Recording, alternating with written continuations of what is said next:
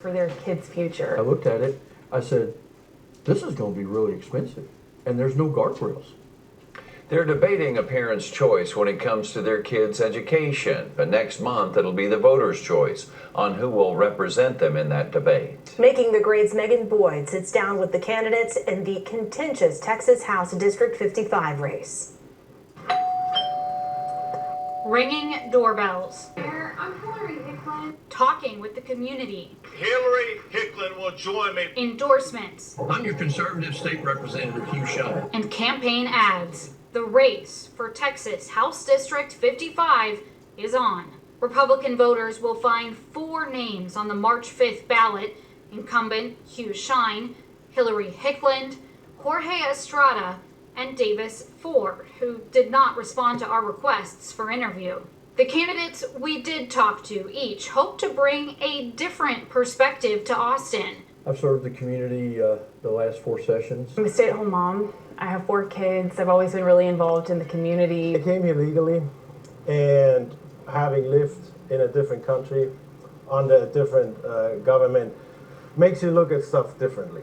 It's been a race full of contention. I don't need you to give me story time. That's included attack ads sponsored by School Freedom Fund. Hugh Shine is not for us. When you don't have that experience and you don't have those accomplishments in your background, there's only one way that you can try to compete, and that's to tear down whoever is serving. For some, the fight is personal. Hicklin says the issues she's fighting for were issues facing her own family. That old political game that's been happening forever is ineffective, and we are suffering because of it. Shine's age has been called into question. The representative that we have now started his political career in 1985. I say time is up. I still fly. I still have to get a medical certificate every year. So I think the experience that I have and the wisdom I've gained over the years really is important for our community. The candidates all say they want to lower property taxes and close the border, but a key issue that has them divided is whether or not the state should implement a system to use public dollars to help families pay for private education, known as school choice. I'm very passionate about school choice. I have consistently been opposed to the vouchers. Everybody talks about parental rights. It's important, but we cannot forget about parental responsibilities. Hillary Hicklin says her stance started at home. I cannot spend all of my time researching these books. Back in 2022, she raised concerns about books in her kids' public school library. I took my issue of the books all the way to the state. Now we have a law. She worked on subcommittees and eventually met Governor Abbott, who told her story at the State of the State address in 2023. Hillary Hicklin was angry that a woke agenda was being forced on her in school. She pulled her kids from public school and became a voice for increasing access to private schools, something that aligns with Governor Abbott. The people of House District 55, they need a true conservative representative. And contends with incumbent Hugh Shine.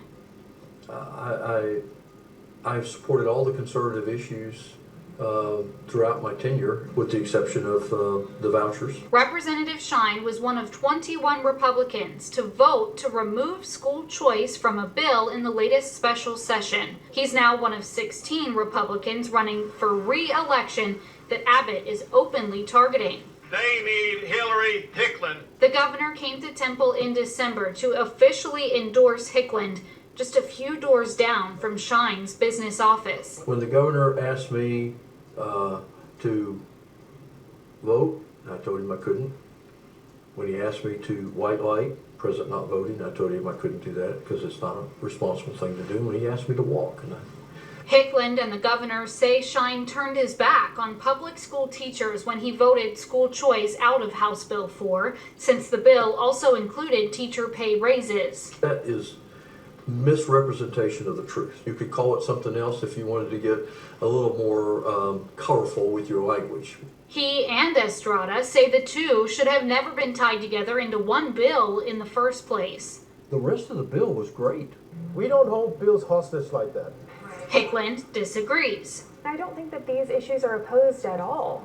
I think they're both to the goal of providing a student with the best education. Shine has 3 core issues with the school choice plan. Rogue accountability, transparency, and cost.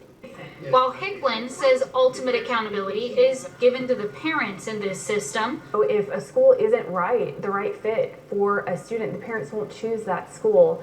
Shine says private schools need to be held accountable by the state if they're getting state dollars. There is no entity that I am aware of that gets state dollars that is not required to have some type of accountability on that money.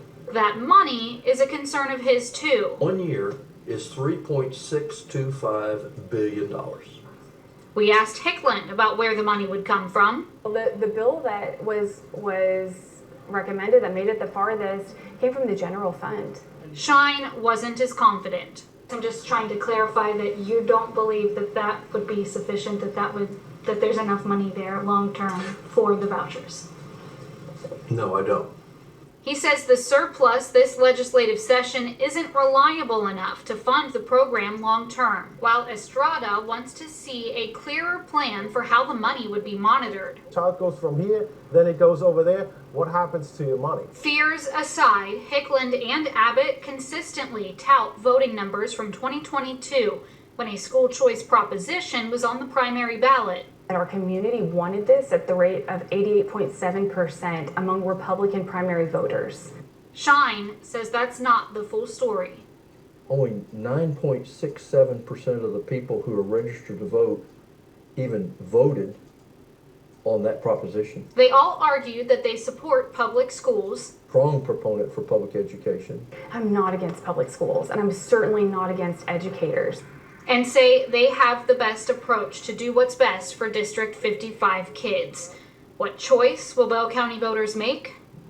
Now people can choose the establishment, career politicians, upcoming career politicians, or the complete outsider. I'm not there for politics. I'm there for policy. I think the governor identified me as the fighter that would partner with him. We find out March 5th. In Temple, Megan Boyd, KWTX News 10.